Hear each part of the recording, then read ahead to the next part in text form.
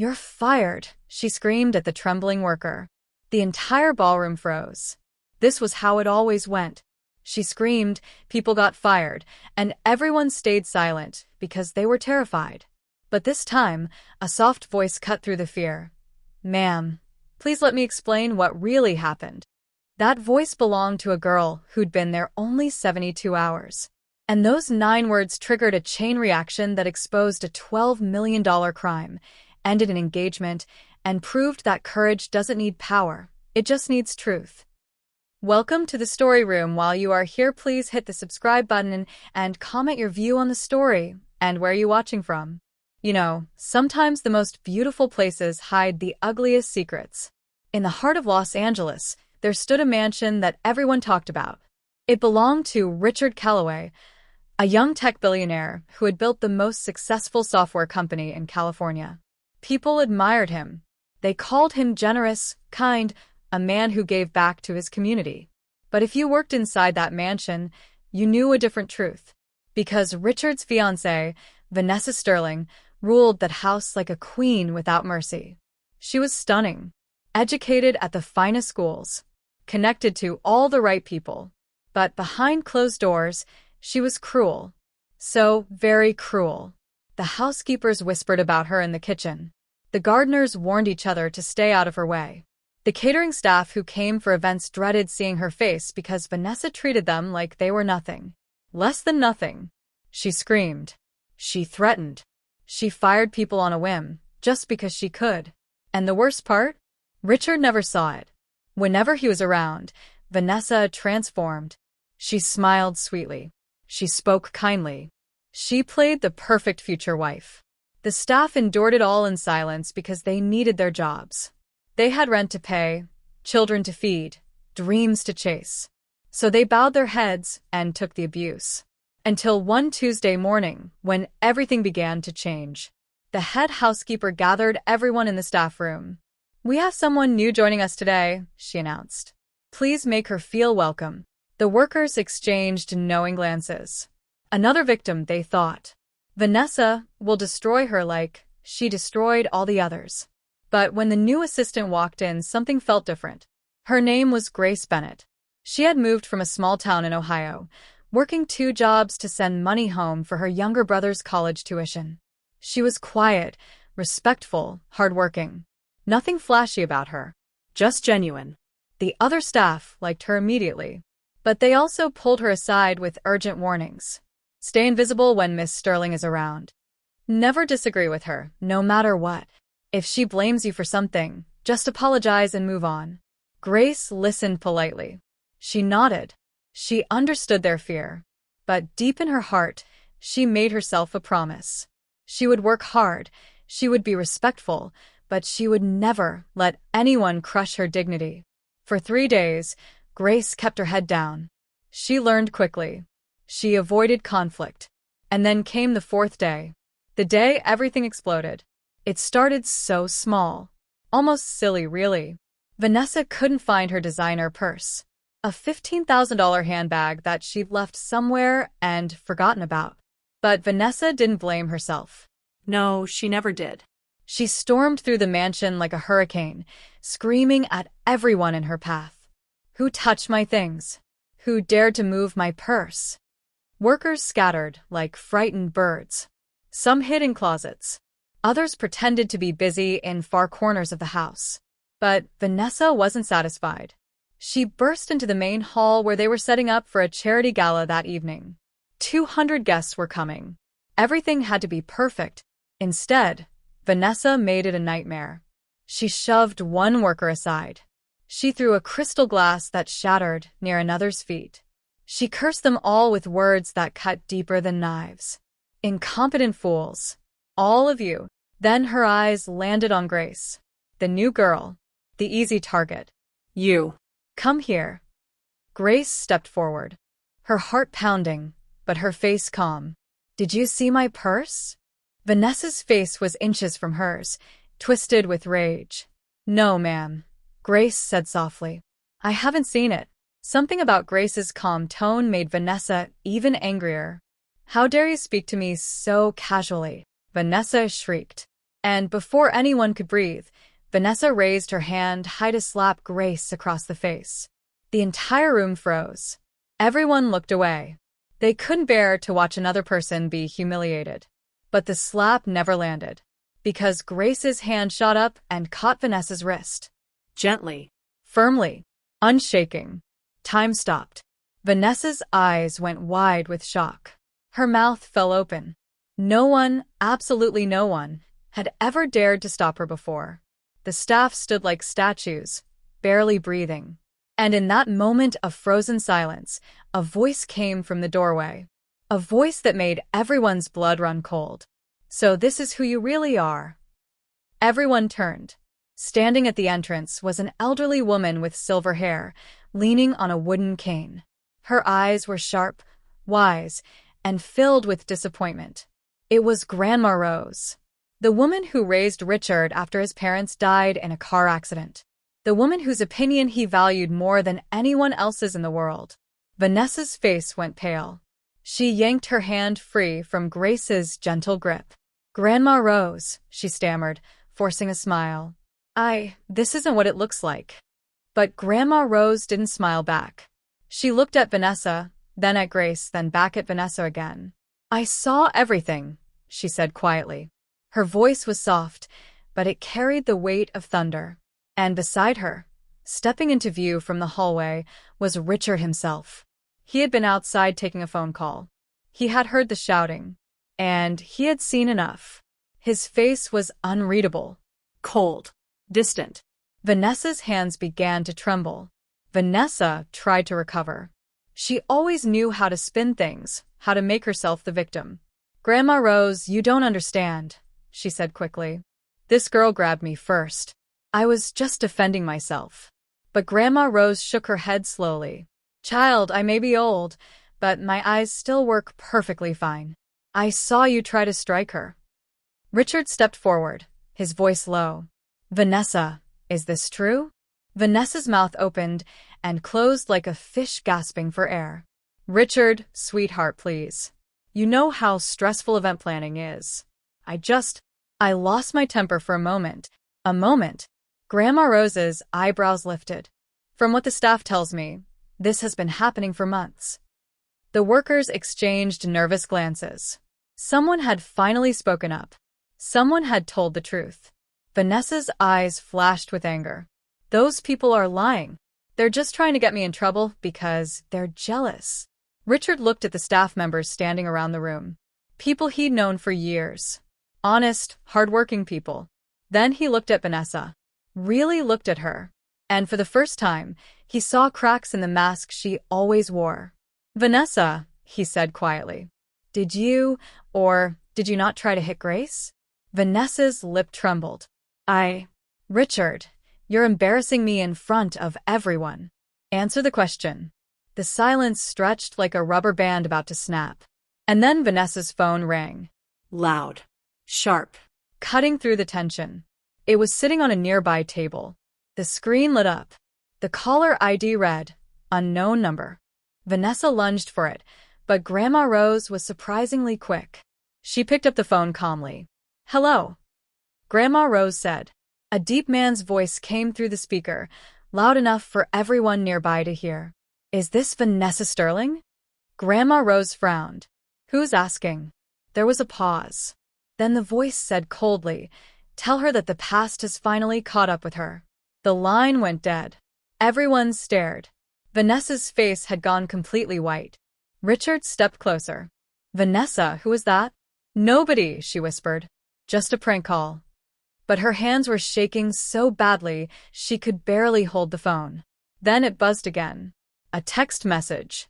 And, because the phone was still in Grandma Rose's hand, she saw it first. Her face changed. She handed the phone to Richard without a word. Richard read the message aloud. "You thought you could run to Los Angeles and forget what you did in Miami? I found you. We're going to talk very soon." Vanessa let out a small gasp and covered her mouth. Richard's jaw tightened. "Vanessa, what happened in Miami?" "Nothing." "It's nothing, Richard, please." "What happened in Miami?" Grandma Rose spoke gently but firmly. "Child, Whatever secret you're carrying, it will only grow heavier if you keep it buried. Vanessa's eyes filled with tears. If I tell you, you'll leave me. Richard's voice was ice. If you don't tell me, I'll leave you anyway. The room held its breath. Grace stood quietly to the side, her heart racing. She hadn't meant for any of this to happen. She just wanted to stop someone from being hurt. Vanessa looked around at all the faces staring at her. There was no escape. And so, with tears streaming down her face, she finally spoke the truth. 5 years ago, Vanessa began, her voice cracking, before I met you, Richard, I worked at a luxury hotel in Miami. Before the story continues, subscribe. These stories are written to change lives. Richard's face was stone. And Vanessa swallowed hard. There was a man there, the general manager. His name was Thomas. He trusted me. He gave me access to the hotel's accounts because I was his assistant. The room grew colder. What did you do? Grandma Rose asked softly. Vanessa's tears fell harder. I stole from him. I took $12 million and disappeared. Gasps echoed through the hall. Staff members covered their mouths in shock. Richard took a step back, as if he'd been physically struck. You what? I was desperate. Vanessa cried. I had debts. I had people after me. I needed that money to start over. By ruining someone else's life? Richard's voice was barely a whisper, but it cut like a blade. Vanessa fell to her knees. Richard, please. I was going to pay it back. I swear I was planning to fix it. Grandma Rose closed her eyes sadly. When, child? After you married Richard and had access to his fortune. The words hung in the air like smoke from a fire. Vanessa realized her plan had been exposed. She had wanted security first, then she would deal with her past. Maybe. Eventually. But before anyone could speak again, the main doors burst open. A man in his 50s walked in, his suit worn, his face lined with years of pain and struggle. Security tried to stop him, but he pushed past them. Where is she? He shouted. Where is Vanessa Sterling? Vanessa screamed. No. Please no. The man's eyes locked onto her. So you do remember me? Richard stepped between them. Who are you? The man's voice shook with emotion. My name is Thomas Rivera, and that woman destroyed my entire life. The room went completely silent. Thomas continued, tears forming in his eyes. I trusted her. I gave her responsibility, opportunity, a chance to build a career.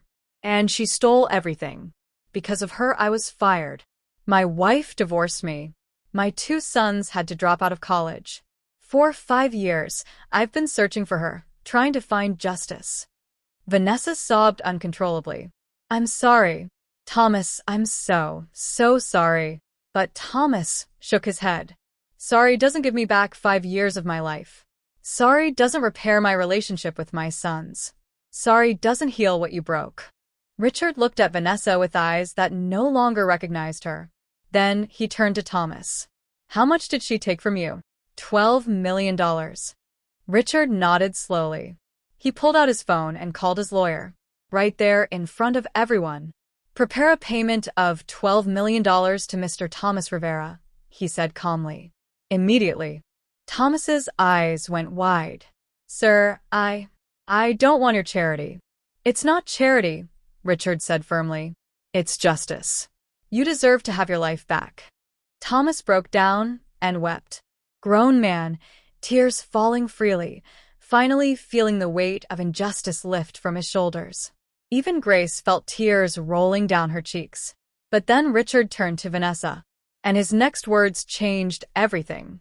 Vanessa, Richard said, his voice steady but final.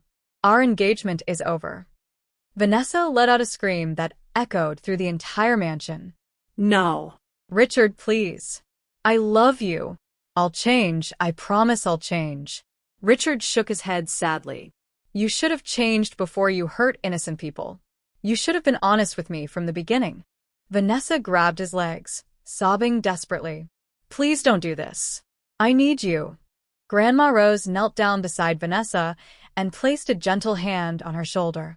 Child, she said softly, love is not about need. Real love is built on honesty, respect, and kindness. You showed none of those things. Richard gently removed Vanessa's hands from his legs. You lied to me about who you were. You abused people who worked for me. And you ran from your past instead of facing it. I can still fix this. Vanessa pleaded. Yes, Richard said quietly. You can, but you'll do it without me. Within the hour, Richard's lawyer had everything arranged. Vanessa signed documents agreeing to pay back whatever remained of the stolen money in monthly installments. Thomas received the full $12 million, enough to restart his life, reconnect with his sons, and finally find peace. As security escorted Vanessa out of the mansion, she looked back one last time. I really did love you, she whispered. Richard nodded. I believe you did. But love without integrity is just an empty word. The doors closed. A heavy silence filled the mansion.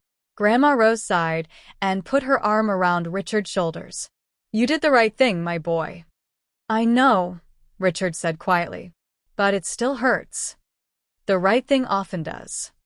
Then Richard's eyes found Grace, still standing quietly in the corner. The young woman who had sparked everything by simply refusing to accept cruelty. He walked over to her. Grace, he said softly, you changed my life today. Grace shook her head. No, sir. I just did what felt right. Richard smiled for the first time that evening. That's exactly why it mattered so much. The other staff members started clapping. Softly at first, then louder. They were clapping for Grace. For courage.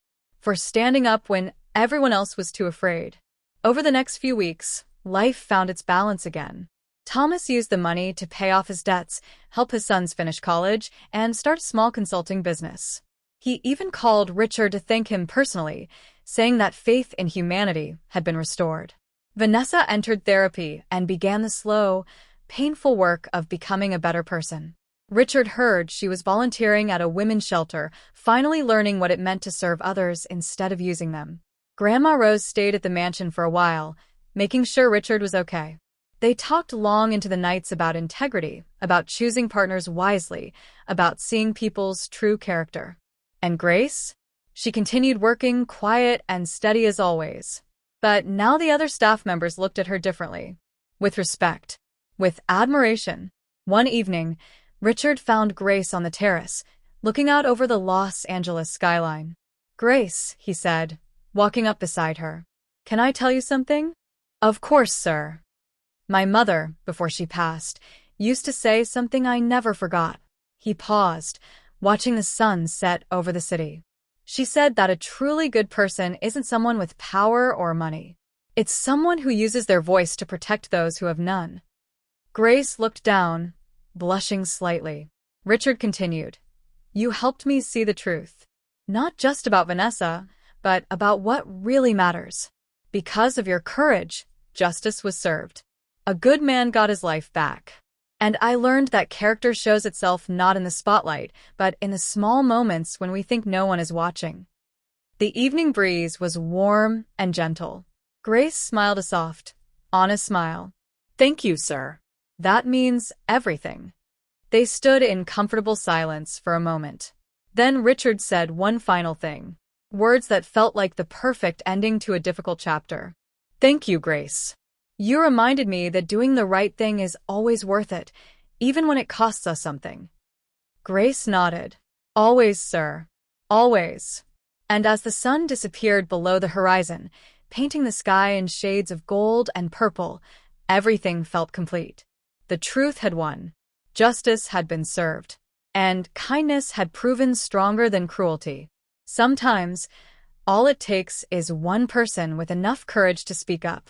One voice, one moment of bravery, and everything changes. If this story touched your heart, please like this video and subscribe for more inspiring stories. Remember, you have the power to make a difference just like Grace did. Never underestimate the strength of doing what's right.